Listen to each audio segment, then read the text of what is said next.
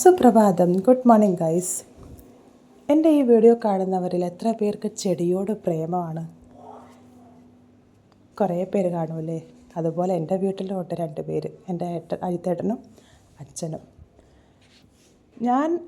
എനിക്കൊരു ഓർമ്മ വെച്ച കാലം മുതൽ അച്ഛൻ ചെടിയോട് സംസാരിക്കുന്ന ഞാൻ കേട്ടിട്ടുണ്ട്. അച്ഛൻ മക്കളെ നോക്കുന്ന പോലെ ചെടികളെ നോക്കുന്ന ഞാൻ കണ്ടിട്ടുണ്ട്. അച്ഛനൊരു ദിവസം ലീവ് കിട്ടിയ പകുതി മുക്കാല സമയം അച്ഛൻ ചെടിയുടെ പുറകിലാണ്. ഇതെടുത്ത് അവിടെ നടും, അതെടുത്ത് ഇവിടെ നടും. ഇതാണ് പരിപാടി. സോ അത് കണ്ട് വളർന്നൊരു വ്യക്തി കെട്ടിക്കൊണ്ടുവന്ന് കഴിഞ്ഞപ്പോൾ ആ വീട്ടിലും ഫുൾ ചെടിയോടെ ചെടി.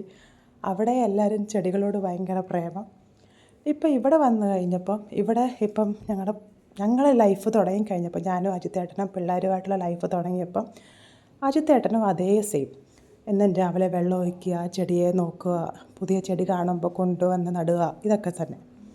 ഇന്ന് അജിത്തേട്ടൻ നേരത്തെ പോയി. അപ്പോൾ അജിത്തേട്ടന് വെള്ളം ഒഴിക്കാൻ പറ്റിയില്ല. ഇപ്പോൾ കോൾ ചെയ്ത് പറഞ്ഞേക്കുന്നു, അമ്മ ഞാൻ വെള്ളം ഒഴിച്ചിട്ടില്ല, നീ വെള്ളം ഒഴിച്ചിട്ടേ പോവാവുള്ളൂ, ചെടി വാടിപ്പോവേടി. സോ ഇങ്ങനെ ചെടികളെ കെയർ ചെയ്യുന്ന, സ്വന്തം മക്കളെ പോലെ കെയർ ചെയ്യുന്ന എത്ര പേര് കാണും? വളരെ ചുരുക്കമേ കാണുള്ളൂ അല്ലേ? പക്ഷേ ഇപ്പോൾ കുറച്ച് മാസങ്ങൾ എന്ന് പറയാൻ പറ്റില്ല, കുറച്ച് ആഴ്ചകൾ കൊണ്ട് ഞാനും ഏകദേശം അതേ പാതയിലൂടെ പോയിക്കൊണ്ടിരിക്കുകയാണ്.